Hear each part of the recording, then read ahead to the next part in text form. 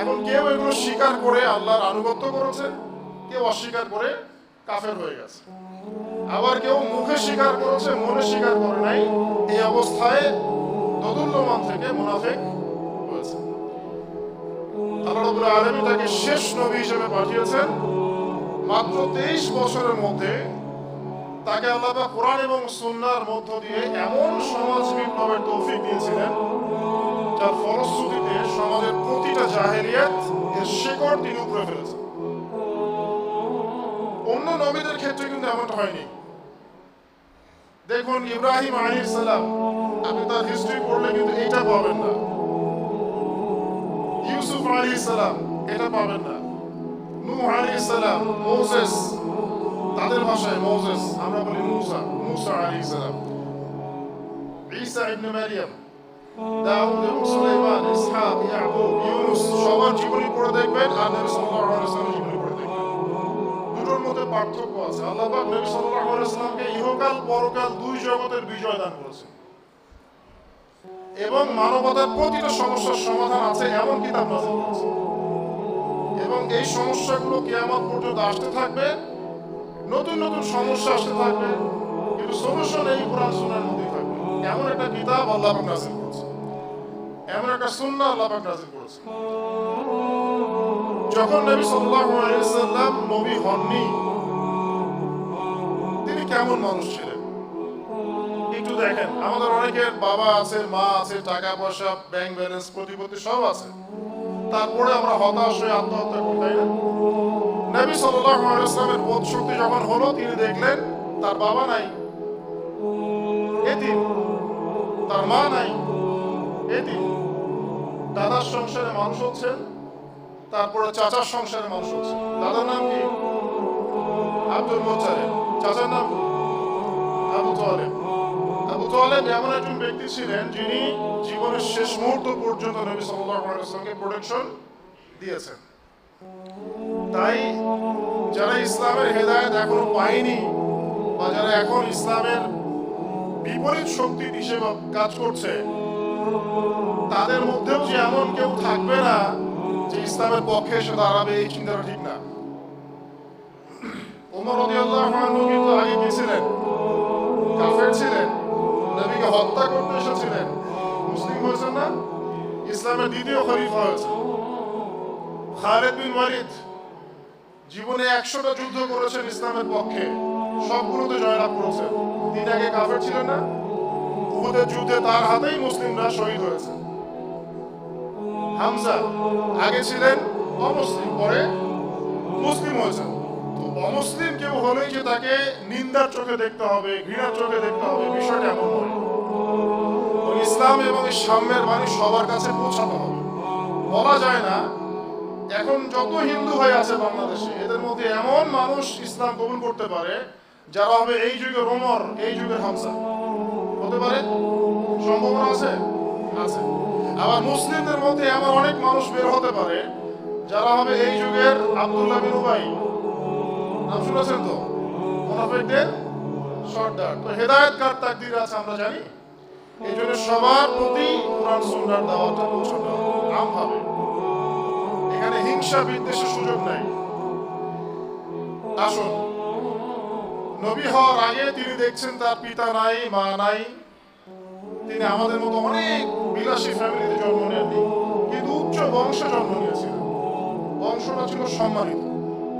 কুরাইশ, কুরাইশের কোন শাখা বলেন? কুরাইশের কোন শাখায়, কোন গোত্রে? বনু হাশিম। সুবহানাল্লাহ। এমনি হবে না, সিরাতের বই পড়তে হবে। বনু হাশিম গোত্রে। আচ্ছা, কষ্ট করে বড় হয়েছে। এরপরে দেখুন, তিনি এতিমের পাশে দাঁড়াতেন, বিধবার খোঁজ খবর নিতেন, মিসকিনের পাশে দাঁড়াতেন, কখনো মিথ্যা বলতেন না। শত্রুও তার কাছে আমানত রেখে যেত, তিনি খেয়ালত করতেন না। মক্কার সমস্ত মানুষ এই কথা বলতে বাধ্য হয়েছে যে তোমাকে কখনো আমরা মিথ্যাবাদী পাইনি। এই জন্যই তাকে আল আমিন উপাধি দিয়েছে। তিনি নবী না হয়েই যে গুণাবলীগুলো অর্জন করেছিলেন, আমরা কিন্তু এখন তার উম্মাহ হওয়ার পরেও সেগুলো অর্জন করতে পারি নাই। তাহলে আমাদের আগে নিজেদের দিকে তাকানো উচিত, তাই নয় কি ভাই? আমাদের আগে নিজেদের দিকে তাকানো উচিত। নবী হওয়ার আগেই নবী সাল্লাল্লাহু আলাইহি ওয়াসাল্লাম যে গুণাবলীগুলো অর্জন করেছেন আল্লাহর পক্ষ থেকে, আমরা তার উম্মাহ হওয়ার পরেও এখনো সেগুলো অর্জন করতে পারছি না। আল্লাহ পাক আমাকে আপনাকে সবাইকে তৌফিক দান। এরপর সমাজের এই জাহেলিয়াত গুলো তার কাছে নোংরা মনে হতে লাগলো এবং তিনি এগুলোর প্রতি বিতৃষ্ণা পোষণ করতে লাগলেন। কিরকম জাহেলিয়াত? সমাজটা ভর্তি শিরক দিয়ে, শিরক, স্ট্যাচু ওয়ার্শিপ, কবরের পূজা, মৃত মানুষের পূজা, এগুলো দিয়ে সমাজটা ভর্তি। আমাদের এনভায়রনমেন্টে নাই? আছে। সমাজটা ভর্তি রিবা দিয়ে, রিবা, সুদ দিয়ে ভর্তি। সুদের মধ্য দিয়ে মানুষকে পর্যন্ত দাস বানিয়ে ফেলা হচ্ছিল। এটাই ছিল দাস প্রথার মূল ভিত্তি। তিনি দেখলেন সমাজটা এমন যেখানে মাদকের ছড়াছড়ি। তিনি দেখছেন সমাজটা এমন যেখানে নারীর কোনো মূল্য নাই। কন্যা সন্তান হলে জীবন্ত কবর দেওয়া হচ্ছে। মেয়েদের বৈবাহিক কোনো অধিকার নাই, সম্পত্তির অধিকার নাই। তাদেরকে জেনা এবং ব্যভিচারের পণ্য বানানো হয়েছে। অনেকটা আমাদের ওয়ার্ল্ডের মতোই, তাই নয় কি? যাদের দুই চোখ আছে তারা বুঝবে, বর্তমান ওয়ার্ল্ডের মতোই অনেকটা। সমাজটা ভর্তি হিংসা, মারামারি, কাটাকাটি দিয়ে, গোত্রে গোত্রে হানাহানি, এমন একটা সমাজ তিনি দেখছেন। কিন্তু এরকম একটা সমাজে থেকেও তিনি কিন্তু পাপে লিপ্ত হচ্ছেন না। তিনি কিন্তু মূর্তি পূজা করছেন না, তিনি কিন্তু শিরক করছেন না, তিনি কিন্তু সুদ খাচ্ছেন না, তিনি কিন্তু জিনা করছেন না, তিনি কিন্তু মাদকের ধার কাছেও নাই, তিনি কোনো নারীর অবমাননা করছেন না। বরং তিনি এতিমের পাশে দাঁড়াচ্ছেন, বিধবার পাশে দাঁড়াচ্ছেন, তিনি আপনার মিসকিনের পাশে দাঁড়াচ্ছেন, অভাবগ্রস্তের পাশে দাঁড়াচ্ছেন। তিনি তার মানবিক চরিত্রে বলিয়ান, মহিয়ান। একটা পর্যায়ে তার বয়স বাড়তে লাগলো, তখন তিনি হিলফুল ফুজুর নামে একটা অ্যাসোসিয়েশন ফর্ম করলেন। চেষ্টা করলেন এর মধ্য দিয়ে সমাজের সমস্যাগুলো দূর করা। কিছু দূর হলো, কিছু দূর হলো না। কারণ একটা চিরায়ত সত্য কথা হচ্ছে, আপনি যত ফিলোসফারের কথাই বলেন, যত বিজ্ঞানীর কথাই বলেন, যত বড় বড় এই পৃথিবীর পরিবর্তনকারী মানুষের কথাই বলেন না কেন, তারা তাদের মস্তিষ্ক প্রসূত জ্ঞান বুদ্ধি দিয়েই চেষ্টা করেছিলেন। যখন মানুষ তার নিজস্ব মস্তিষ্ক প্রসূত জ্ঞান বুদ্ধি দিয়ে সমাজ সংস্কারের চেষ্টা করবে, সে পরিপূর্ণ সফলতা অর্জন করতে পারবে। সমস্যা লেগেই থাকবে। কখন সমাধান পাবে? যখন মানুষের একমাত্র স্রষ্টা আল্লাহর নাজিলকৃত বিধান দিয়ে সমাজ সংস্কার, তখন সমাজের আপনি প্রতিটা সমস্যা ইনশাআল্লাহ তাআলা সলভ করতে পারবেন, যেটা এখন নাই। কিন্তু ইনশাআল্লাহ তাআলা এক সময় ছিল, আবারও আসবে। এক সময় ছিল, আবার আসবে। এর মাঝখানে আপনাকে হয়তো সময় দেওয়া হচ্ছে 500 বছর, 1000 বছর ইত্যাদি। আল্লাহ ভালো জানেন, আল্লাহ ভালো জানেন। আবার মনে করবেন না 500 বছরই। আমি জাস্ট একটা এক্সাম্পল দিয়েছি। তো নবী সাল্লাল্লাহু আলাইহি ওয়াসাল্লাম এরপর যখন 40 এই বয়সে গেলেন, 40 বছরের না গেলে কিন্তু মানুষের পৌরত্ব আসে না। আমি যে কথা বলছি, আমার চেয়ে অনেক বিজ্ঞ মানুষ এখন সামনে বসে আছেন এবং যারা অনলাইনে শুনবেন তারা আমার চেয়ে অনেক বিজ্ঞ আছেন। 40 বছরের বয়সে না গেলে মানুষের কিন্তু ম্যাচুরিটি আসে না। পুরুষদের কথা বলছি, পরিপূর্ণ ম্যাচুরিটি আসে না। আর বিয়ে না করলেও ভাই আসে না। আর আপনারা তো এখন বিয়ে করতে পারছেন না, অতএব ম্যাচুরিটি তো প্রশ্নই ওঠে না। এই জন্য দেখবেন যুব সমাজ অস্থির, অস্থির, প্যানিক করে, অস্থির। আজকে এটা ভালো লাগে তো কালকে ওইটা। অস্থির জেনারেশন। তো স্থির হতে হবে। স্থির হওয়ার জন্য ম্যাচুরিটি দরকার আছে, ইলম এবং প্রজ্ঞা, হিকমার দরকার আছে, রেসপন্সিবিলিটি দরকার আছে। যখন আপনি ওই লাইফে যাবেন তখন রেসপন্সিবিলিটি আসবে ইনশাআল্লাহ। তখন আপনি ধৈর্য শিখবেন, সবর শিখবেন, মাথা ঠান্ডা রেখে কাজ করা শিখবেন। আসেন, নবী সাল্লাল্লাহু আলাইহি ওয়াসাল্লাম 40 ইয়ার্স যখন চলে গেলেন, আল্লাহ পাক তখন তার উপরে ওহী নাযিল করলেন। সুবহানাল্লাহ। ওহীটা কি? অনেকে মনে করে ওহী কি জিনিস। ওয়াহির সংজ্ঞা হচ্ছে, ওয়াহি হচ্ছে আল্লাহ কর্তৃক তার মনোনীত বান্দার কাছে তার বার্তা পাঠানো।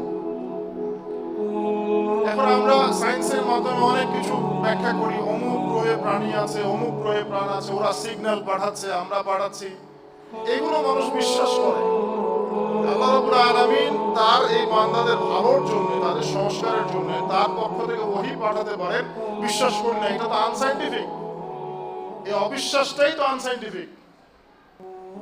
আপনি বিশ্বাস করছেন অমুক গ্রহ থেকে রেডিয়েশন আসছে, রেজ আসছে, সিগন্যাল দিয়ে আমাদের সাথে যোগাযোগ করার চেষ্টা করছে, বলছে এটা সাইন্টিফিক। আল্লাহ পাক তার বান্দাদের ভালোর জন্য তার মনোনীত বান্দার কাছে তার পক্ষ থেকে মেসেজ পাঠাতে পারে, এটা সাইন্টিফিক। এখন যদি আরেকটা প্রশ্ন নিয়ে আসে যে আল্লাহ মানি না, তাহলে আরেকটা ডিবেট হবে আল্লাহর অস্তিত্ব আছে কি নাই, তাই না? তখন আরেকটা ডিবেটের প্রশ্ন আসবে আল্লাহর অস্তিত্ব আছে কি নাই। আল্লাহ পাকের অস্তিত্ব আছে কি নাই এটা বোঝার জন্য নিজের বডির দিকে তাকালেই হয়। যারা মেডিকেল সায়েন্সে পড়াশোনা করছেন আপনারা আরো ভালো বুঝবেন কিভাবে বডি ফাংশন করছে। এটা নিয়ে ভাবতে ভাবতে দেখবেন ডাক্তাররা বেশিরভাগই দেখবেন নামাজি হয়, মাশাআল্লাহ, ইসলামের বেসিক জিনিসগুলো মেনে চলে। ডক্টরদের দেখবেন দাঁড়িয়ে আছে, সুন্নাহ মেনে চলে এবং এগুলোকে সায়েন্সে ব্যাখ্যা করে। অনেক ডক্টর আমার পরিচিত আছে এমন। তো আল্লাহ পাকের অস্তিত্ব আছে কি নাই মহাবিশ্বের দিকে তাকান। কোপারনিকাসের সূত্র নিয়ে আপনি পড়ে আছেন, কিন্তু 0.1% যদি 1 ডিগ্রিও যদি কোনো গ্রহ একটু ডানে বামে যেত, তাহলে মহাবিশ্ব ধ্বংস হয়ে যেত। এত সূক্ষ্ম গাণিতিক ভাবে পুরো মহাবিশ্বকে ফর্ম করে রাখলেন কে? কেউ না, কেউ না। আপনি বিগ ব্যাংকে বিশ্বাস করছেন যে বিগ ব্যাং এর মধ্যে দিয়ে সমস্ত মহাবিশ্ব সৃষ্টি হয়েছে, কিন্তু এটা কি অটোমেটিকলি হতে পারে? আমাদের ইমাম আবু হানিফা রাহিমাহুল্লাহ একবার এরকম একটা বাহাসে গিয়েছিলেন। বাহাসে এথিস্টরা একদিকে, তিনি আরেকদিকে, তো তিনি নাই, সারাদিন তাকে খুঁজে পাওয়া যাচ্ছে না। শেষে তারা মনে করলো যে তিনি হয়তো ভয় পেয়েছেন। তিনি একদম সন্ধ্যার দিকে আসলেন, তাকে বলা হলো যে সারাদিন আপনি কোথায় ছিলেন, আপনি বাসে আসলেন না কেন? তিনি বলেন আসলে আমি নদীর ধারে গিয়েছিলাম, সেখানে কোনো নৌকা ছিল না, তো বসে আছি, অপেক্ষা করছি করছি করছি, হঠাৎ দেখলাম একটা গাছ পড়ে গেল, কেটে, কেউ কাটে না, এমনি পড়ে গেল। তারপর হঠাৎ দেখি কাঠটা অটোমেটিকলি একটা কাঠের ফালার আকার ধারণ করছে। হঠাৎ দেখি ফালার আকার থেকে একটা নৌকা হয়ে গেল।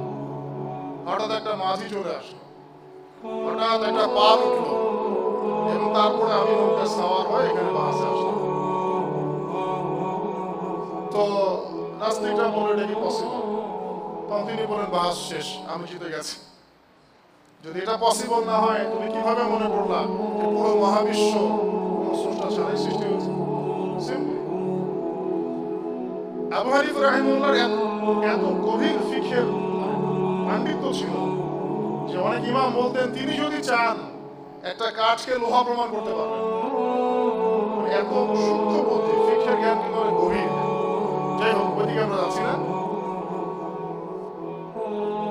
নবী সাল্লাল্লাহু আলাইহি ওয়াসাল্লাম কাছে ওহী আসলো যখন, প্রথম যে ওহীটা আসলো সেটা কি?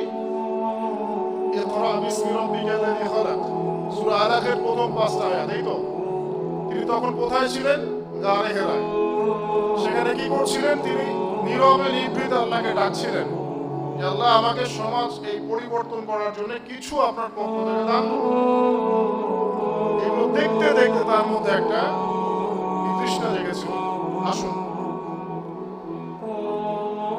এই ওহীটা আল্লাহর পক্ষ থেকে এলো, এটা হচ্ছে সমাজ পরিবর্তনের একটা মূল হাতিয়ার, একটা অক্রান্ত শক্তির উৎস। এখানে যারা পরিমাণ ভুল নাই, যারা পরিমাণ কোন রকমের ত্রুটি বিচ্যুতি নাই। ওহীর ডেফিনিশন কি শিখলেন?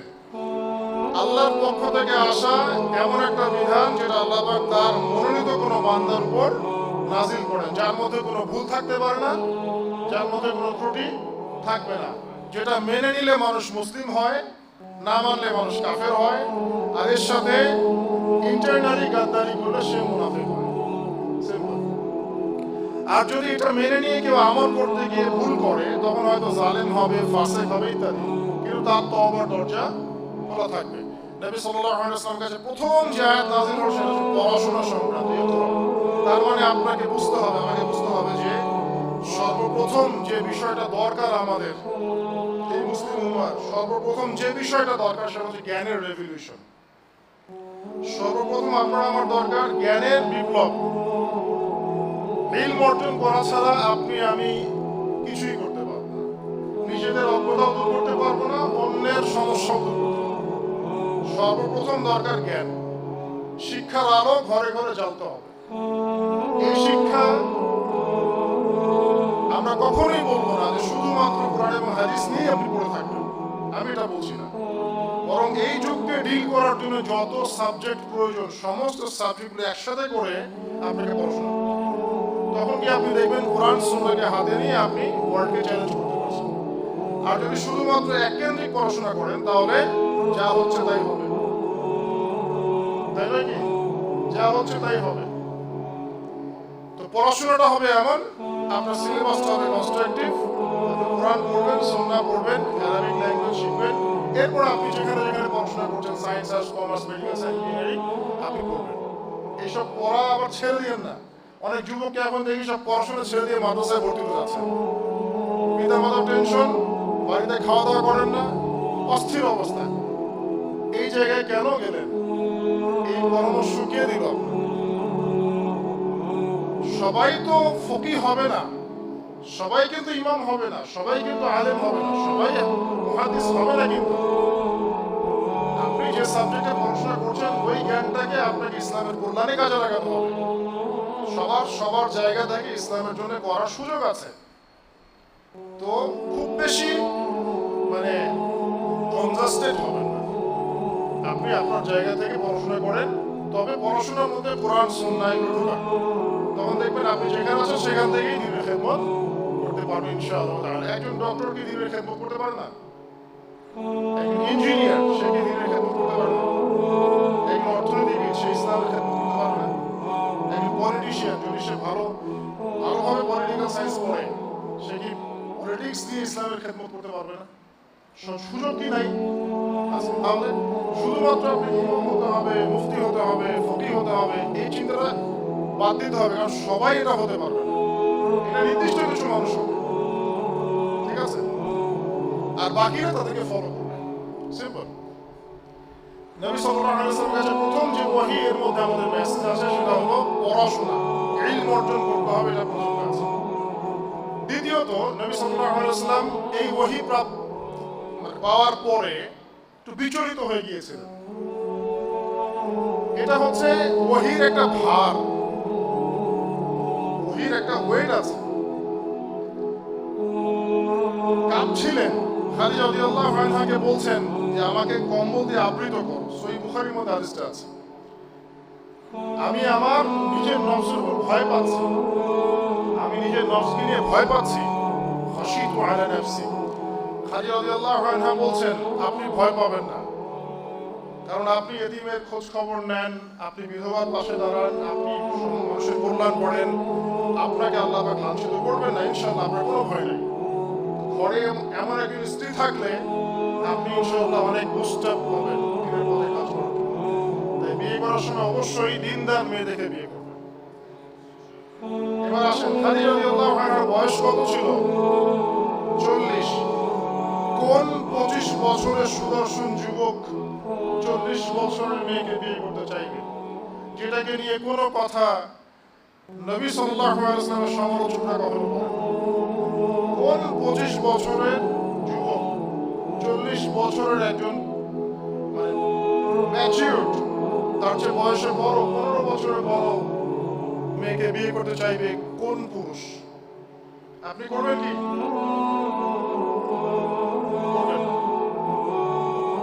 কি দেখে করেছেন? তার সততা, তার আমানতদারিতা।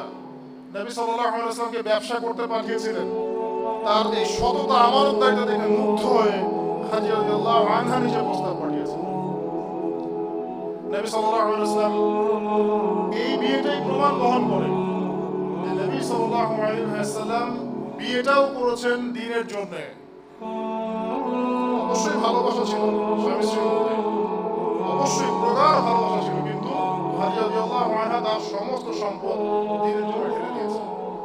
তাই নাই? দিয়েছেন। আসেন, তিনি কেমন? ওহী আসছে, তিনি বাসায় ফিরে যাচ্ছেন, তাকে বলা হচ্ছে আপনি ভয় পাবেন না। ওয়ারাকা ইবনে নাফের কাছে যাওয়া হচ্ছে। খাদিজা রাদিয়াল্লাহু আনহা তার কাছে যাচ্ছেন, গিয়ে বলছেন আপনার ভাতিজার সাথে কি হয়েছে শুনুন। সব ঘটনা শোনার পরে যখন তিনি শুনলেন যে একজন ফেরেশতা এসেছিল, এসে চেপে ধরেছে, আবার ছেড়ে দিয়েছে, আবার চেপে ধরেছে, আবার ছেড়ে দিয়েছে, তিনবার এই ঘটনা ঘটেছে, তারপর বলেছে পড়ো সূরা আলাকের প্রথম 5 আয়াত। তখন ওয়ারাকা ইবনে নাফেল তিনি কিন্তু আগের এই যে আসমানি কিতাবগুলো ছিল এগুলোর পাণ্ডিত্য অর্জন করেছেন। তিনি বলেছিলেন যে তোমার কাছে এসেছে সে ছিল নামুস। নামুস মানে জিবরাইল আলাইহিস সালাম। তোমার কাছে জিবরাইল আলাইহিস সালাম এসেছিল, এবার তোমার কওম তোমাকে বের করে দিবে।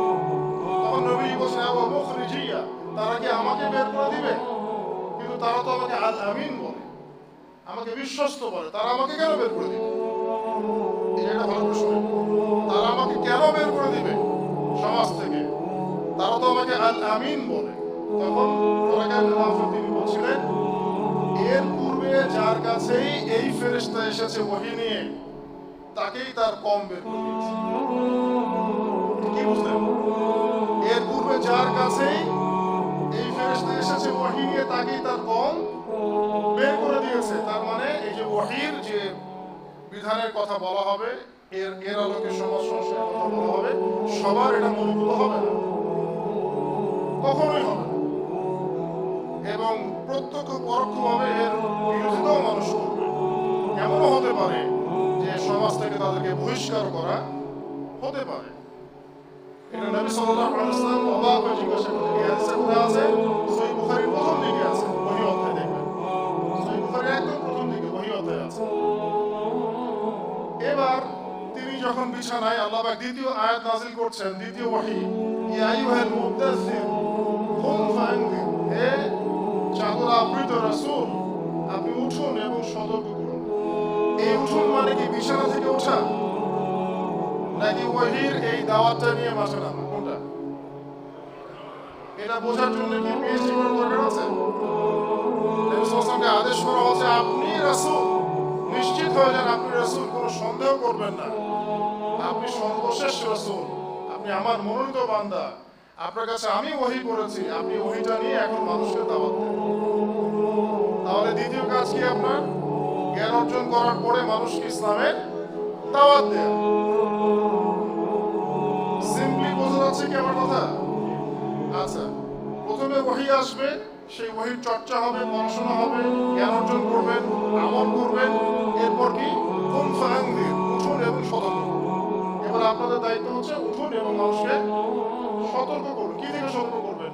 জাহিলিয়াত থেকে, আল্লাহদ্রোহিতা থেকে, যত রকম সুদ, ঘুষ, জেনা, ব্যভিচার, বেশ্যাবৃত্তি আছে, যা আছে সবার এগেইনস্ট আপনি মানুষকে সতর্ক করবেন, সৎ কাজের আদেশ করবেন, অসৎ কাজের নিষেধ করবেন আপনার সামর্থ্য অনুযায়ী। আপনাকে বলা হয়নি যে কারো গর্দানে আঘাত করো, বলা হয়েছে এখানে? হয়নি।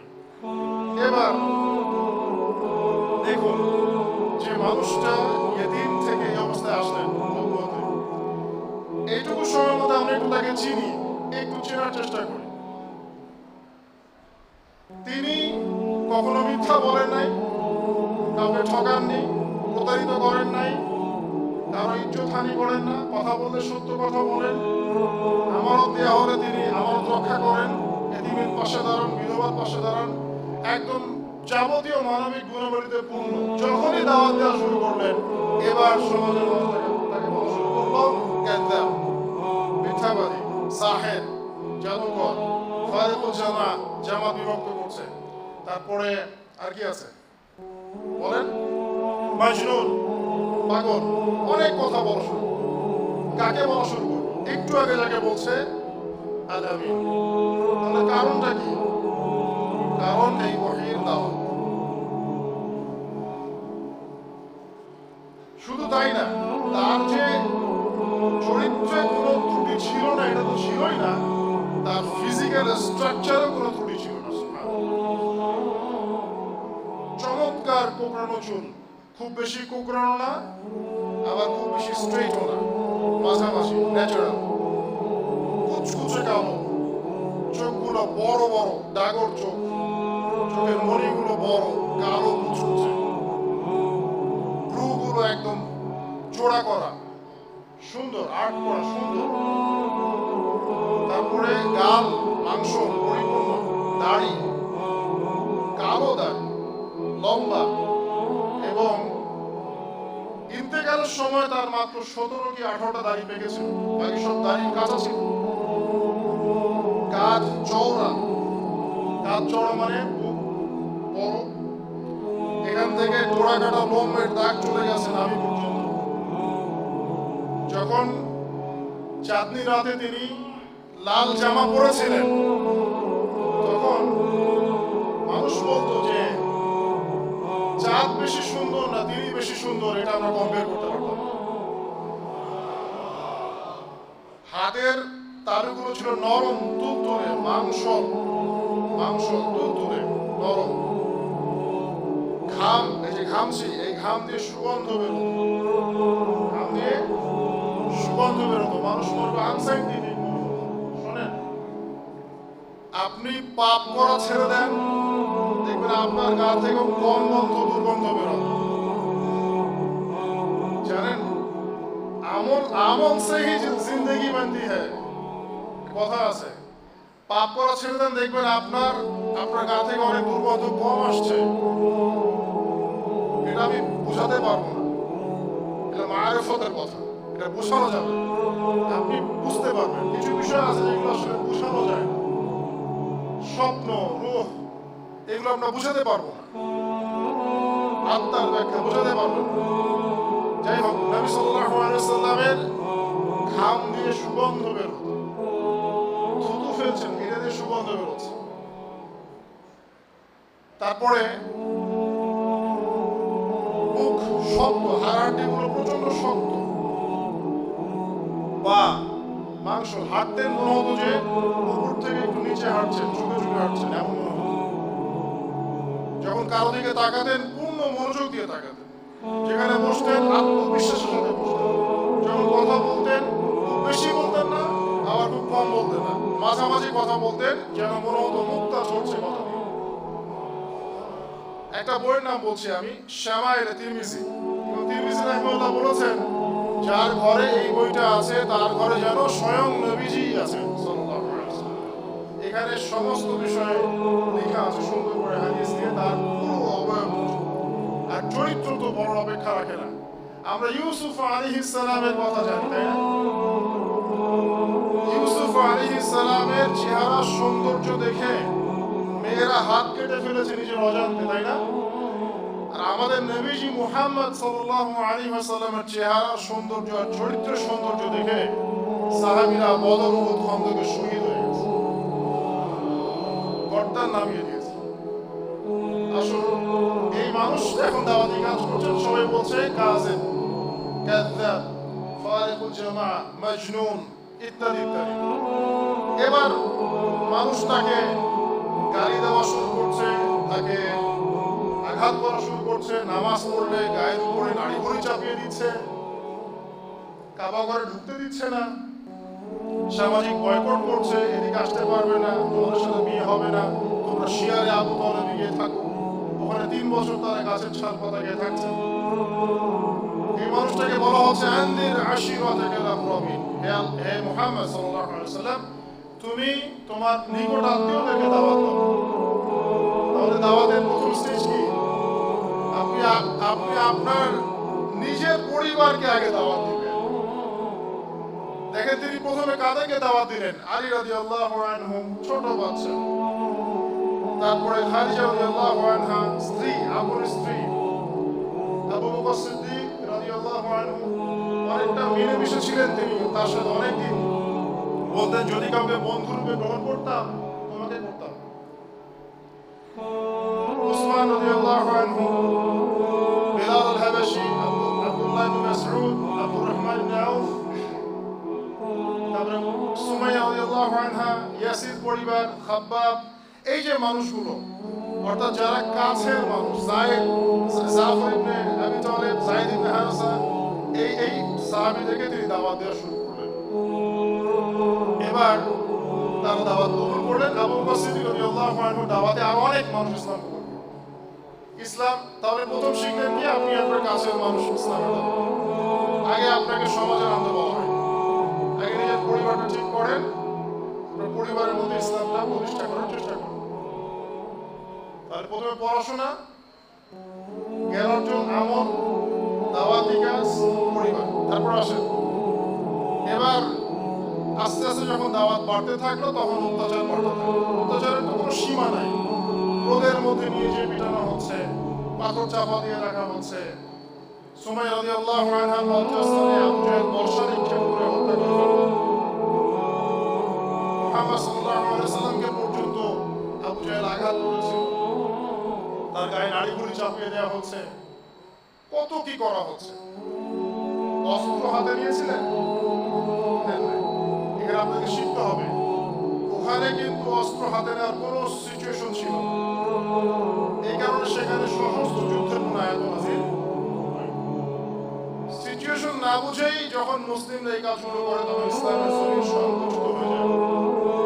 ওই জায়গায় যদি এরকম কোনো বিধান আসতো তাহলে ওই সাহাবীরাও আর অস্তিত্ব থাকতো না। এবার আসেন, তারা সবর করলেন, ধৈর্য ধরলেন, দাওয়াতি কাজ অব্যাহত রাখলেন। একটা মার্কাজ তৈরি করলেন, তার নাম দারুল আরকাম। কি নাম? আরকাম রাদিয়াল্লাহু আনহুর বাসায় দ্বীনের চর্চা করা। দেখেন ওই সময় কিন্তু দারুল আরকামে দ্বীনের চর্চা হচ্ছে, এখানে আবু জাহেল, আবু লাহাব বাধা দেয়নি। এটা অমুসলিম রাষ্ট্রে, অমুসলিম রাষ্ট্রই মক্কা, আবু জাহেল, আবু লাহাব তাদের কর্তৃত্ব চলে সেখানে দারুল আরকাম নির্মাণ করা হয়েছে, একটা পড়াশোনা করার জায়গা, দিন তালিমের জায়গা। সেখানে আবু জাহেল, আবু লাহাব কিন্তু কখনো বাধা দেয়নি। আপনি এমন অনেক মুসলিম কান্ট্রি এখন দেখবেন যেখানে ইসলামের চর্চার জায়গাগুলো সব বন্ধ করে দেয়। আমি আরেকটা জিনিস নোটিস করেছি, নবী সাল্লাল্লাহু আলাইহি ওয়াসাল্লামের যে 9 বছরের বিয়ে নিয়ে অনেক কথা হয় না, খেয়াল করে দেখেন তার এই বিয়েটা নিয়ে আবু জাহেল, আবু লাহাব, উতবা, শায়বা এরা কোনো কথা বলেনি। বলেছে? কোন হিস্ট্রিতে আছে যে আবু জাহেলের বিরোধিতা করেছে, আবু লাহাব এটা নিয়ে কটূক্তি করেছে? এর দুটো অর্থ হতে পারে, আমার ধারণা এই দুটো অর্থ হতে পারে। এক, এটা আসলে হয়ই নাই, হতে পারে। দুই, এটা ওই সময়কার ট্রেন্ড ছিল, সবাই এরকমই করত, এই জন্য এটা নিয়ে বলার কিছু ছিল। তারা তো তাকে কাজ্জাব বলছে, মিথ্যাবাদী, প্রতারক, সাহের, জাদুকর, জামাত বিভক্তকারী, পাগল, এগুলো বলছে। কি বলতে বাকি রেখেছে তাকে, তাই নাকি? আবু জাহেল, আবু লাহাবরা, কিন্তু আবু জাহেল, আবু লাহাবরাও কখনো 9 বছর নিয়ে কথা বলেনি। তার মানে দুটো অর্থ হতে পারে। একটা অর্থ হচ্ছে হয় এই ঘটনা ঘটেই নাই, দুই, এটা ওই সময়কার সামাজিক ট্রেন্ড ছিল, সবাই এরকমই করত। এটা কমন ছিল, কোনটা বেশি সম্ভাবনা বেশি?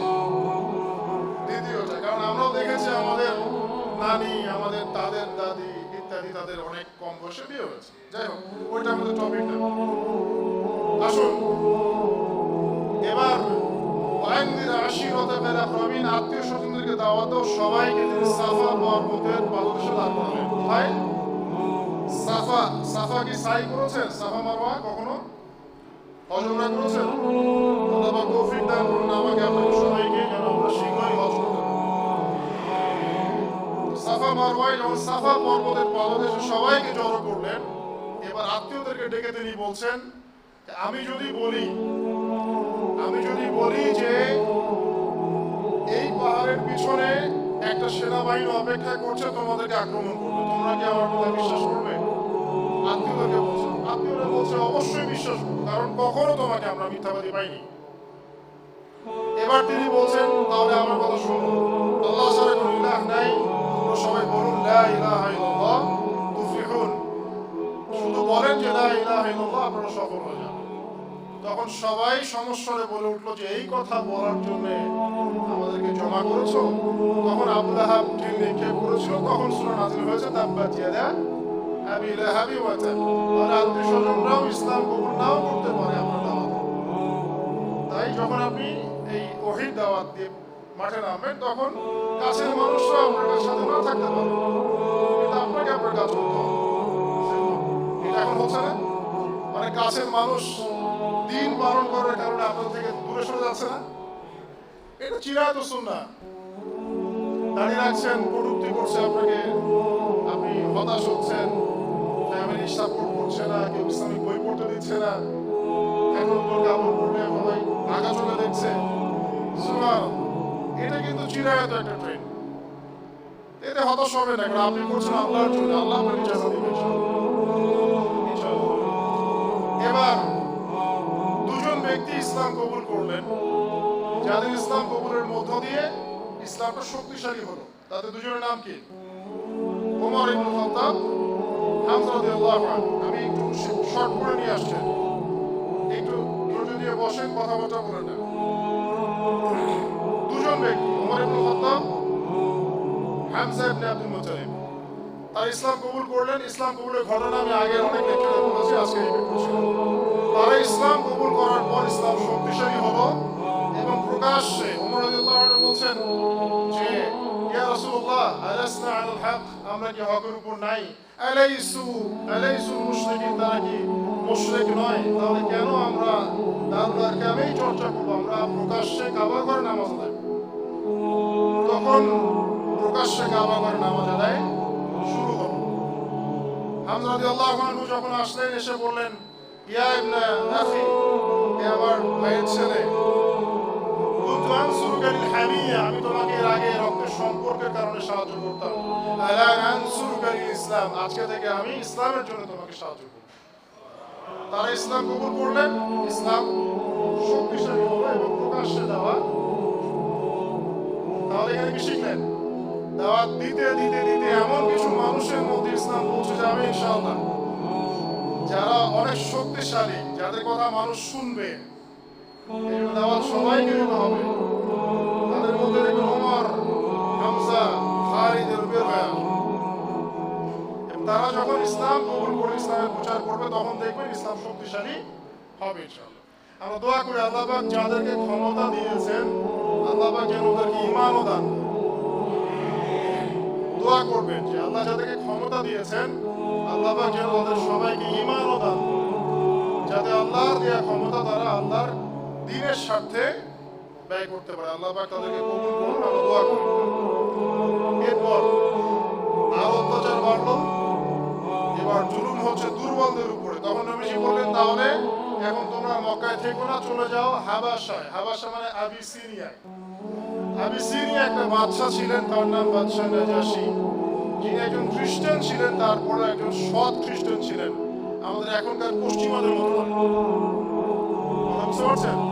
পশ্চিমাদের মতো ছেলে ছেলে বিয়ে করা খ্রিস্টান না, তিনি একজন সৎ খ্রিস্টান ছিলেন। তার সামনে মুসলিমরা যখন এসেছে, তিনি বলেছেন, তোমাদের কাছে কি নাযিল হয়েছে? জাফর রাদিয়াল্লাহু আনহু বলছেন, আল কোরআন। তিনি বলছেন, কোরআন কি শোনাতে পারো? তখন তিনি সূরা মারিয়াম তেলাওয়াত করে শোনালেন। তেলাওয়াত শুনে তার চোখ দিয়ে দরদর করে পানি পড়তে লাগলো, দাড়ি পর্যন্ত ভিজে গেল। এবং তিনি বললেন, ইন্না হাযাল কোরআন, নিশ্চয়ই কোরআন, ওয়াল্লাযী জাআ আলা ঈসা ইবনে মারইয়াম, এবং ঈসা আলাইহিস সালামের উপর যা এসেছিল, এই দুইটা হচ্ছে ইয়াখরুজু মিন মিশকাতিন ওয়াহিদা, এটা একটা আলোর দুটো কিরণ মাত্র। তিনি বললেন যে ঈসা আলাইহিস সালামের উপর যা এসেছে, তাওরাত, ইনজিল এবং আল কোরআন, এটা আলাদা নয়, বরং একই উৎস থেকে এসেছে। তিনি এমন স্টেটমেন্ট দিলেন। পরে তিনি ইসলাম কবুল করেছিলেন এবং তার ইন্তেকাল হলে নবী সাল্লাল্লাহু আলাইহি ওয়াসাল্লাম তার গায়েবানা জানাজা নামাজও পড়েছেন। তিনি ডাবল নেকি পেয়েছেন, আগের নেকি এবং এই নেকি। তাদের কথা সূরা তওবার মধ্যে আছে। তাহলে প্রতিকূল পরিবেশে করণীয় একটা পেলেন, যেখানে ভালো সিচুয়েশন চলে যেতে বলেছে। ওখানে যেখানে পরিস্থিতি খারাপ, সেখানে অরাজকতা সৃষ্টি করে ইসলাম শিখায় নাই। তোমাদের থেকে আবু জেহেলের অত্যাচার করছে, চলে যাও আবিসিনিয়ায়, ওখানে গেল। বাকি সাহাবী যারা শক্তিশালী তারা মক্কায় ছিল। এবার নবীজি গেলেন তায়েফে, তায়েফবাসী যদি ইসলাম কবুল করে তাহলে একটা সাপোর্ট পাবো। তায়েফে তিনজন বড় বড় নেতা ছিল, তার নাম হচ্ছে আব্দে ইয়ালাইল, আব্দে মাসউদ, আর একজন হচ্ছেন হাবিব বিন আমর। এই তিনজন, আব্দে ইয়ালাইল, আব্দে মাসউদ, হাবিব বিন আমর, তিনজন তায়েফের বড় বড় নেতা। তায়েফবাসী ইসলাম তো কবুল করলোই না। আপনারা জানেন কি করেছে, বরং ছোট ছোট বাচ্চাদেরকে লেলিয়ে দিল। তারা পাথর নিক্ষেপ করে নবী সাল্লাল্লাহু আলাইহি ওয়াসাল্লামকে কি করলেন, রক্তাক্ত করলেন। তিনি ওই আঙ্গুর বাগানে বসে ওই মাজলুমের দোয়া করলেন, আল্লাহ হয়তো আমি অক্ষম, আমার অক্ষমতার কারণেই হয়তো ফলাফল পাই নাই, আল্লাহ আমাকে শক্তিশালী করুন। ওই সময় জিবরাইল আলাইহিস সালাম এসেছিলেন, সাথে আরেকজন ফেরেশতাকে নিয়ে এসেছেন যার নাম মালাকুল জিবাল। মালাকুল জিবাল মানে কি, পাহাড় পর্বত নিয়ন্ত্রণকারী ফেরেশতা। এবং বলেছেন আপনি যদি চান এই দুই পাহাড়ের মাঝখানে ফেলে এই তায়েফবাসীকে আমরা পিষে দিব। তারা আপনার সাথে যা করেছেন আল্লাহ পাক দেখেছেন। আমরা হলে অবশ্যই বলতাম তাড়াতাড়ি করুন, এক্ষুনি করুন, তাই নাকি? নবী সাল্লাল্লাহু আলাইহি ওয়াসাল্লাম বলেন বাল আরজু, বরং আমি এটা আশা করি, আন ইউখরিজাল্লাহু মিন আসলাবিহিম কওমান ইয়াবুদুনাল্লাহ লা ইউশরিকুনা বিহি শাইআ। বরং আমি এমন আশা করি যে আল্লাহ পাক এই তায়েফবাসীর ঔরস থেকে, পরবর্তী জেনারেশন থেকে এমন একটা প্রজন্ম তৈরি করুক যারা আল্লাহর ইবাদত করবে, তার সাথে কারো শরীক করবে না। এই মানুষটাকে আপনি কটূক্তি করেছেন, এই মানুষটাকে আপনি গালি দিয়েছেন, এই মানুষটাকে আপনি তুচ্ছ তাচ্ছিল্য করেছেন এবং এই মানুষের অনুসারীদেরকে আপনি গালিগালাজ করেছেন। এই মানুষটা যে বলছে আল্লাহ আমি বরং আশা করি যে এদেরকে তুমি মাফ করে দাও, এদেরকে মাফ করে দাও, বরং ওদের সন্তানদের থেকে এমন জেনারেশন নিয়ে আসো যারা আল্লাহর ইবাদত করবে, তার সাথে কাউকে শরীক করবে। আল্লাহ অথরিটি দিয়েছেন, বলেন খালি দুই পাহাড়ের মাঝখানে ফেলে পিষে দিন। আল্লাহ পারেন না? উহুদের পাহাড়ের ঠিক সেম ঘটনা, তাকে রক্তাক্ত করা হচ্ছে, রক্ত মুছছেন আর বলছেন আল্লাহুম্মা ইন্না কওমি লা ইয়ালামুন, আল্লাহ আমার কওম জানে না, ওদেরকে মাফ করে দাও। আল্লাহুম্মা ফির কওমি ইন্নাহুম লা ইয়ালামুন, তারা জানে না, ওদেরকে মাফ করে দাও। এই মানুষটাকে আমরা আন্ডারস্টিমেট করি এবং এই মানুষের সুন্নাহ আমরা ফলো করতে চাই না। আমি জানি না আসলে এর চেয়ে কিভাবে আমি বুঝাতে পারবো, আসলে আমার কাছে এর চেয়ে স্বাভাবিক কোনো ভাষা নাই। আমরা খুবই পাপী মানুষ, এই কারণে আমাদের মুখ থেকে খুব বেশি কথা বের হয়। পুণ্যের উপর থাকতে পারতাম 24 ঘন্টা, তাহলে হয়তো আরো নূর বের হতো, আরো মতো হিকমা বাসিরা বের হতো। আল্লাহ আমাদেরকে সবাইকে তার পক্ষ থেকে নূর এবং বাসিরা দান করুন। এবার দেখেন তায়েফবাসীর কাছ থেকে তিনি ব্যর্থ হয়ে ফিরে আসছেন। ওই সেন্সে ব্যর্থতা বললাম, মানে ওখানে গিয়ে তার ইসলাম কবুল করল। এবার মক্কায় ঢোকার পরে অবস্থা আরো সংকীর্ণ। এই জায়গাতে আরো দুইটা ঘটনা ঘটে গেল। যে দুইজন শেল্টার ছিল, মানে সর্বশেষ আশ্রয়, আবু তালেব খাদিজা রাদিয়াল্লাহু আনহা, দুইজন ব্যাক টু ব্যাক ইন্তেকাল করলেন। জীবনের এই জায়গায় আপনি কি করতেন, আমি কি করতাম? মেন্টালি নবী সাল্লাল্লাহু আলাইহি ওয়াসাল্লাম কত স্ট্রং কি দেখেছেন? এত ঘটনা ঘটছে, তারপরে তার স্ত্রী ইন্তেকাল করলেন, চাচা ইন্তেকাল করা মানে শেষ শেল্টার মক্কায় শেষ। তখন আল্লাহ পাক একটা বিস্ময়কর ঘটনা ঘটালেন, একটা না দুটা। আর একটা হচ্ছে মেরাজ। কি একটা? মন খারাপ, বিষণ্ণ, আল্লাহ পাক একদম দুনিয়া থেকে তুলে নিলেন আকাশে, একদম মহাবিশ্বের 7 মহাবিশ্বের পার করে আরশে আজিমের কাছে। আল্লাহ পাক সমস্ত তাকে সৃষ্টি দেখালেন, সমস্ত জান্নাত জাহান্নামের যে নিদর্শন দেখালেন, কার কি আযাব হচ্ছে সব দেখালেন, ভবিষ্যতে কি হবে সব দেখালেন। আল্লাহ পাক হিস্ট্রি থেকে জানিয়ে দিলেন, নবী তুমি হতাশ হচ্ছে কেন? তোমাকে বলছে তোমার পুত্র সন্তান নাই, ইন্না শানিয়াকা হুয়াল আবতার, তোমার শত্রুরা নির্বংশ হয়ে যাবে।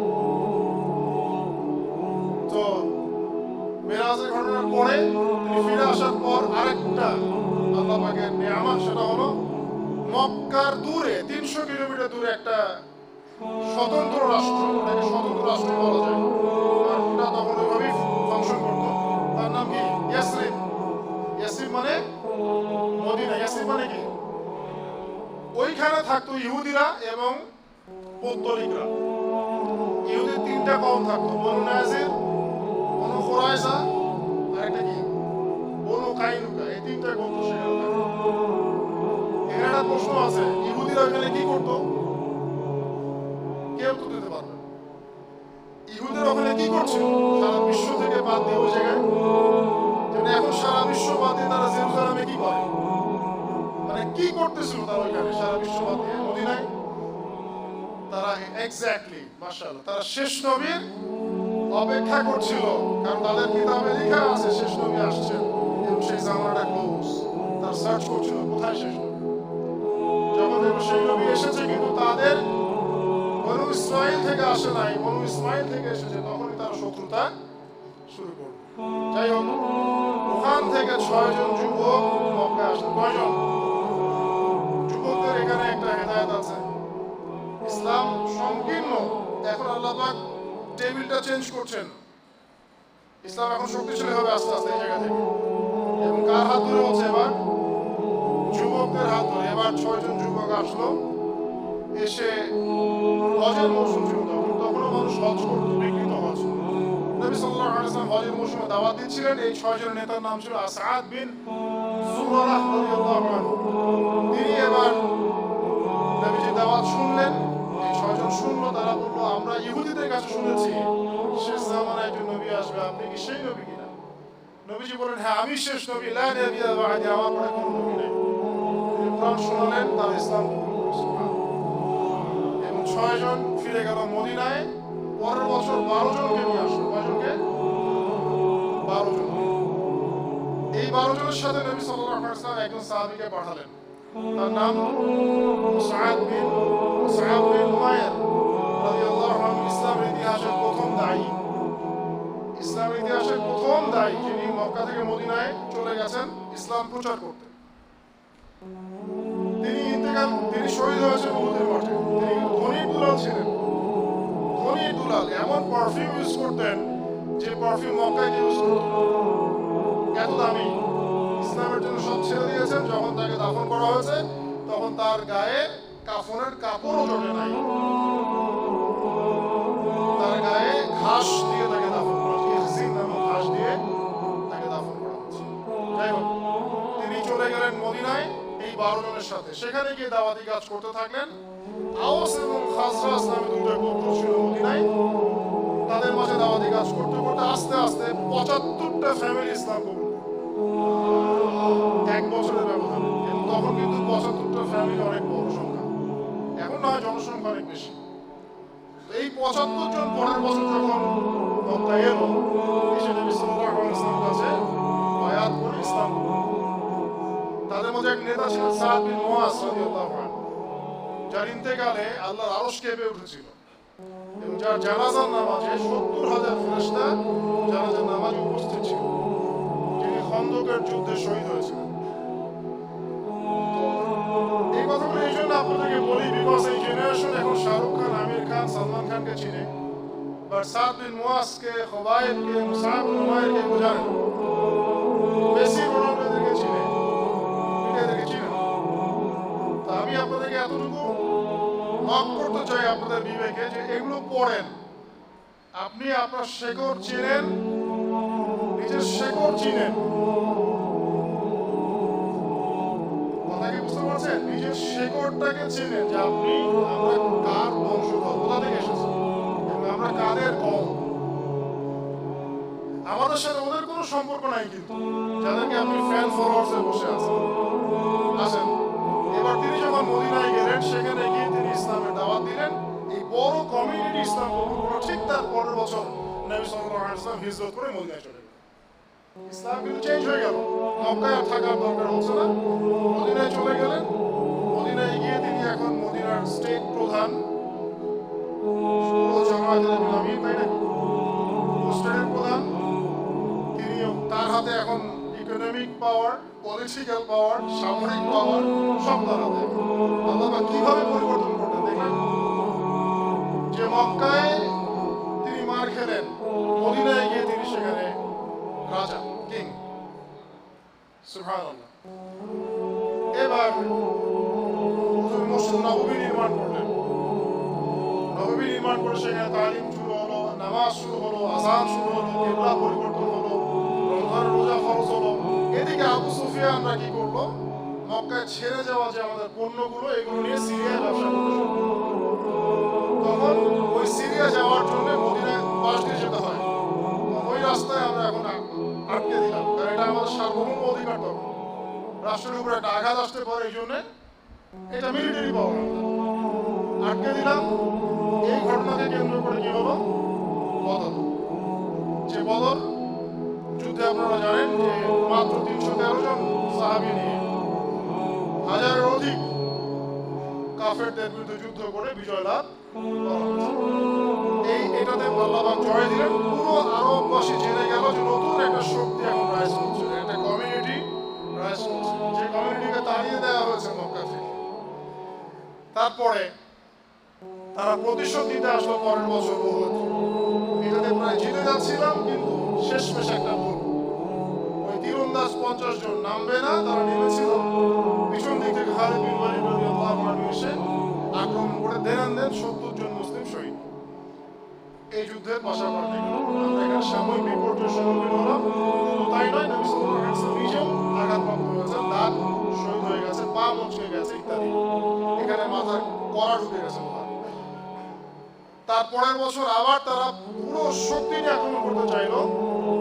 মুশরিকরা, জিউসরা, বনু কুরাইজা, পাশে বনু গাতাফান, 10,000 সেনাবাহিনী। এবার তারা আক্রমণ করছে মদিনা। একজন সাহাবী তিনি পরামর্শ দিলেন, ইয়া রাসূলুল্লাহ, যখন আমরা পারস্যে ছিলাম তখন আমরা খন্দক খুঁড়ে ফেলতাম, তারা আমাদের কাছে আসতে পারত না, আমরাও তাদের কাছে। নবী সাল্লাল্লাহু আলাইহি ওয়াসাল্লাম বলেন, তাই করা হোক। এবার সবাই নবী নিজে লুঙ্গি পরে পেটে 2টা পাথর বেঁধে নিজেও খন্দক খুঁড়েছেন। আপনি এমন কোন নেতা পাবেন? 4 হাত করে সবার ভাগ্যে খুঁড়তে হবে, সবাই খুঁড়লেন। এবার এই ট্যাকটিকটা আরবে নতুন ছিল। তারা বিশাল ফোর্স নিয়ে আক্রমণ করলো, কিন্তু দেখলো যে আর সামনে যেতে পারছে না, খন্দক যেতে পারছে না। ওখান থেকে ডিফেন্ড করা শুরু হলো। এটা যারা মিলিটারি সায়েন্স বলে তারা ভালো বুঝলো যে এই ট্যাকটিকটা কম নতুন ছিল। এই যুদ্ধে তারা আমাদেরকে পরাজিত করতে পারলো না। তারা ওখানে অবস্থান করলো 2-2.5 মাস। আল্লাহ পাক ওখানে ঝড় পাঠালেন, ফেরেশতা পাঠালেন, প্রবল ঠান্ডা পাঠালেন, তারা চলে যেতে পারল। নবীজি এবার বলেন, এরপর থেকে তারা আমাদেরকে আর আক্রমণ করতে পারবে। এরপর থেকে ইসলাম আক্রমণ। তারপর থেকে দেখলাম যে নবী সাল্লাল্লাহু আলাইহি ওয়াসাল্লাম সারিয়া অভিযান বাড়ালেন, সামরিক অভিযান বাড়ালেন। আস্তে আস্তে আস্তে আস্তে ইসলাম সম্প্রসারিত হতে থাকলো। এবং একবার নবীজি স্বপ্ন দেখলেন তিনি উমরা করছেন। সাহাবীরা বুঝে ফেললেন যে আমরা উমরা করতে যাব। সবাই মিলে নিরস্ত্রভাবে উমরা করতে গেলেন, 1400 সাহাবী।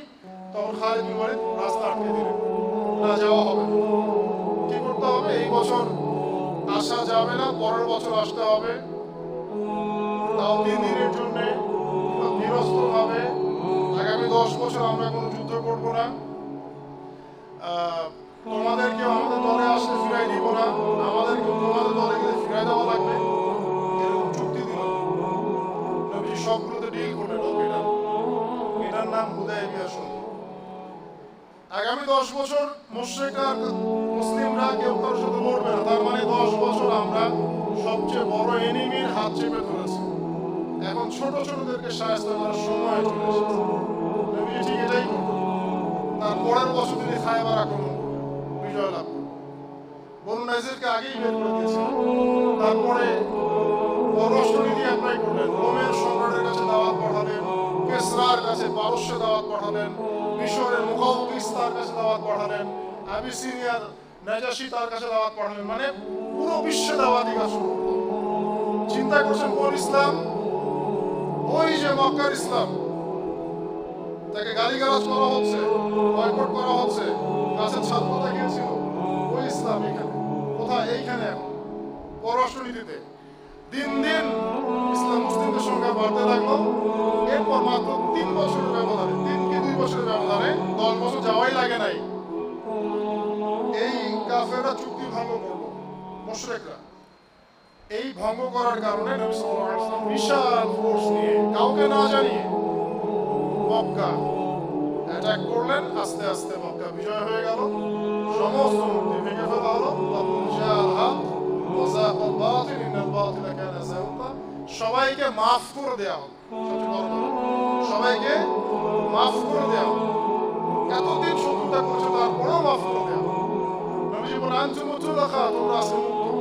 লা তাসরিবা আলাইকুমুল ইয়াউম, তোমাদের প্রতি আমার আজকে কোনো ক্ষোভ নাই, সবাইকে মাফ করে দেব, সবাইকে মাফ করে, আম ক্ষমা সবাই। কোন সামরিক নেতা এটা করে? কোন রাষ্ট্র দখল করার পরে সবাইকে আমভাবে মাফ করে দেয়? এই মানুষটাকেই তারা ক্রিটিসাইজ করে। আমি দেখাতে যাচ্ছি কোন মানুষকে তারা ক্রিটিসাইজ করে। এরপরে দেখেন, মাফ করে দেওয়া হলোই, বরং তাদের ইসলাম কবুলের সুযোগ দেওয়া হলো, সুযোগ। এবং তারা নতুন মুসলিম হলেন, নবমুসলিম হয়, তারা আবার হুনাইনের যুদ্ধে অংশ নিয়েছে, তারপর তাবুক। এরপরে নবী করিম সাল্লাল্লাহু আলাইহি ওয়াসাল্লাম বিদায় হজ করলেন। শর্ট করছি, বিদায় হজে নবী সাল্লাল্লাহু আলাইহি ওয়াসাল্লাম এক বিশাল ভাষণ দিলেন, 3-4টা ভাষণ, যার মূল কথা ছিল যে আজকে থেকে মক্কার যত জাহেলিয়াত ছিল সব পায়ের তলে পিষ্ট করে দিলাম। কোনো শিরক থাকবে না, কোনো সুদ চলবে না, কোনো মদ চলবে না, কোনো জেনা ব্যভিচার, নারীর অবমাননা, হানাহানি কিছু চলবে না। তোমরা সবাই ভাই ভাই হয়ে যাও। একটা বিশাল ইউনাইটেড কম। শুধু তাই না, তোমরা সবাই আদম সন্তান। আজকে থেকে আরবের উপর অনারবের কোনো ভেদাভেদ নাই, সাদা কালোর কোনো ভেদাভেদ নাই, ধনী গরিবের কোনো ভেদাভেদ নাই, সবাই এক আল্লাহর বান্দা। শুধু যার তাকওয়া বেশি, সে আল্লাহর কাছে মর্যাদা বেশি। এরপরে নবী সাল্লাল্লাহু আলাইহি ওয়াসাল্লাম মাত্র 83 কি 85 দিন বেঁচে ছিলেন। মৃত্যুর আগে তিনি বলেন, আমার কবরকে এই উপাসনার জায়গা বানাবে না, সেজদার জায়গা বানাবে না। অন্য রাষ্ট্র থেকে কেউ আসলে ওদেরকে সম্মান করবে। তোমরা যত উঁচু কবর আছে ওগুলোকে ভেঙে দিবে। স্টেটের মধ্যে যদি কোনো ইহুদিকে পাও, তাকে বহিষ্কার করবে। সালাত ছাড়বে না, পাঁচ ওয়াক্ত সালাত ঠিকমতো আদায় করবে। তোমাদের স্ত্রী এবং দাস দাসীদের ব্যাপারে সতর্ক থাকবে। এরকম কিছু নসিহত করে তিনি বিদায় নিলেন। তার ইন্তেকাল মেনে নিতে পারছে না সাহাবীরা, তাই না? ওমর রাদিয়াল্লাহু আনহু বলেন, কেউ যদি বলে মুহাম্মদ সাল্লাল্লাহু আলাইহি ওয়াসাল্লাম ইন্তেকাল করছে, আমি তাকে হত্যা করব। আবু বকর সিদ্দিক নরম মানুষ, তিনি ভাষণ দিলেন, মুহাম্মদ সাল্লাল্লাহু আলাইহি ওয়াসাল্লাম রাসূল বইটি শোনো, قد خلت من قبله الرسل, এর আগে অনেক রাসূল ইন্তেকাল করেছেন। আফা ইন মাতা আও কুতিলা ফালাতুম আলা আকিবাতিহি, যদি মারা যান বা নিহত হন, তোমরা কি আবার আগের জায়গায় ফিরে যাবে? ইন্নাল্লাহা হাইয়ুন লা ইয়ামুত, মুহাম্মদ সাল্লাল্লাহু আলাইহি ওয়াসাল্লাম ইন্তেকাল করেছেন, তো কি হয়েছে? আল্লাহ পাক চিরঞ্জীব, তিনি কখনো। এই ভাষণ দিলেন, তারপর সাহাবীরা ঠান্ডা হলেন। এরপরে এই দায়িত্ব নিলেন এই আবু বকর সিদ্দিক রাদিয়াল্লাহু আনহু, তিনি হলেন খলিফা। একই স্টাইলে তিনি রাষ্ট্র চালান। তারপর ওমর ইবনে খাত্তাব একই স্টাইলে আরো 12 বছর, 10 বছর। তারপরে উসমান রাদিয়াল্লাহু আনহু একই স্টাইলে আরো 12 বছর। আস্তে আস্তে আলী রাদিয়াল্লাহু আনহু, এরপরে ইমাম হাসান কিছুদিন, তারপর উমাইয়ারা প্রায় 132 বছর, তারপরে আব্বাসীয়রা প্রায় 550 বছর, তারপরে ফাতেমিরা ওইদিকে কর্ডোবায়, ইসলামী খেলাফত আন্দালুসিয়ায়, উসমানীয় খেলাফত, মোগলদের, তুর্কিদের, সবার এই শেলটা ধরে রেখেছিল। সবাই শেষ হয়ে গেছে 1921 সালে। এই বিগত হিস্ট্রি 1300 বছর ঘেটে দেখেন, ওই নবী সাল্লাল্লাহু আলাইহি ওয়াসাল্লাম রেখে যাওয়া ওই ওহীর বিধানের আলোকে বিশ্বটা চলেছে। আমরা বিশ্বকে লিড দিয়েছি, আমরা বিশ্বকে লিড দিয়েছি, আমাদেরকে কেউ লিড দেয়নি, আমরা লিড দিয়েছি। আমরা বলেছি যে করের ব্যাপার কেমন হবে, আমরা বলেছি ইকোনমিক সিস্টেম কেমন হবে, আমরা বলেছি পলিটিক্যাল সিস্টেম কেমন হবে, আমরা এটাকে লিড দিয়েছিলাম। বিগত 100 বছর আগে, first world war, second world ওয়ারের আগের যুগটা দেখেন, হিস্ট্রি পড়েন, দেখেন আমরা কারা। লাস্ট 100 বছর আপনি এগুলো পাবেন, এখানে আপনি টোটালি ডমিনেটেড। কি কারণ? নাম্বার 1, আমরা জ্ঞান ছেড়ে দিয়েছি। নাম্বার 2, আমরা জ্ঞান অনুযায়ী আমল করছি না। নাম্বার 3, আমরা কোরআন থেকে সরে এসেছি। নাম্বার 4, আমরা সুন্নাহর উপর ইস্তেকামা নাই। নাম্বার 5, আমরা দাওয়াতি কাজ ছেড়ে দিয়ে দুনিয়া পূজারি হয়ে গেছি। নাম্বার 6, আমরা দাওয়াতি কাজ করলেও ব্যক্তির স্বার্থে, দলের স্বার্থে, সংগঠনের স্বার্থে কর্ম করেছি, আল্লাহর স্বার্থে না। নাম্বার 7, আমরা টোটাল ইসলাম পালন করতে চাচ্ছি না, আমরা আংশিক চাচ্ছি। নাম্বার 8, আমাদের সেই সৌর্য বীর্য সাহসও কমে গেছে, ধৈর্য কমে গেছে। নাম্বার 9, আমরা কিছু ইসলামের নামে কিছু সন্ত্রাসী কর্মকাণ্ডে জড়িয়ে গেছি, যার ফলে ইসলাম সংকুচিত হয়ে গেছে। নাম্বার 10, আমরা দোয়া করা ছেড়ে দিয়েছি, ইউনিটির কথা বলা ছেড়ে দিয়েছি। অথচ আমরা সবাই মিলে যে একটা নেশন, আমরা কেউ কারো শত্রু না, এই কনসেপ্ট আমরা থ্রো করতে পারি নাই। যাই হোক, আমি খুব সংক্ষিপ্ত সময়ের মধ্যে আপনাদেরকে নবী সাল্লাল্লাহু আলাইহি ওয়াসাল্লামের রেভলিউশনটা বললাম। পৃথিবীতে অনেক মানুষ রেভলিউশন নিয়ে কাজ করছে, অনেক ফিলোসফার, অনেক দার্শনিক, অনেক ইকোনমিক সিস্টেমের মানুষ, অনেক পলিটিক্যাল সায়েন্সের মানুষ, অনেক সোশিওলজির মানুষ, অনেক বিজ্ঞানী, অনেক সায়েন্টিস্ট, কিন্তু টোটালিটি ছিল না। এই রেভলিউশনগুলো একটা কেন্দ্রিক ছিল, হয় কিছু আবিষ্কার, কিছু ভোগ আপনাকে দেওয়া, কিছু সুযোগ সুবিধা, কিছু তত্ত্ব, কিছু তন্ত্র ইত্যাদি। নবী মুহাম্মদ সাল্লাল্লাহু আলাইহি ওয়াসাল্লাম মাত্র 23 বছরে যে রেভলিউশনটা দিয়ে গেছেন, এটা ছিল চিরায়ত, এখানে সবকিছুর সমাধান ছিল। তিনি এমন একটা সিস্টেম দিয়ে গেছেন যেখানে আপনার ব্যক্তি থেকে শুরু করে আপনার ইবাদত, আপনার মুআমালাত, মুশাবাহাত, আপনার লেনদেন, আপনার পরিবার, আপনার সমাজ, আপনার রাষ্ট্র, বিশ্ব, পলিটিক্যাল সায়েন্স সব কিছুই আছে। কতটুকু মানতে পারবো জানি না, তবে আকীদা বিশ্বাস রাখা উচিত যে সব আছে। আমি এটাও এনশিওর করছি যে এখন আপনি সব মানতে পারবেনও না, এটা সেই সময় নয়, কিন্তু অ্যাটলিস্ট আপনার বিশ্বাস থাকতে হবে যে এটা আছে ইসলামের টোটালিটির মধ্যে। নবী সাল্লাল্লাহু আলাইহি ওয়াসাল্লাম এর মানদণ্ডেই পুরো সমাজটা সংস্কার করেছেন। এখন আপনি তাকিয়ে দেখেন, এই 23 বছর পরে ওই আরবের মধ্যে কোনো রকমের জাহিলিয়াত নাই। একটা মানুষ আমাকে দেখাবেন পুরো ওয়ার্ল্ড হিস্ট্রি ঘেটে যে এরকম করে সমাজ বিপ্লব ঘটিয়েছে একটা মানুষ। আমরা আমাদের নবীকে চিনি নাই, তিনি কে? আমরা তার দেহের সৌন্দর্য জানি না, তার চরিত্রের সৌন্দর্য জানি না।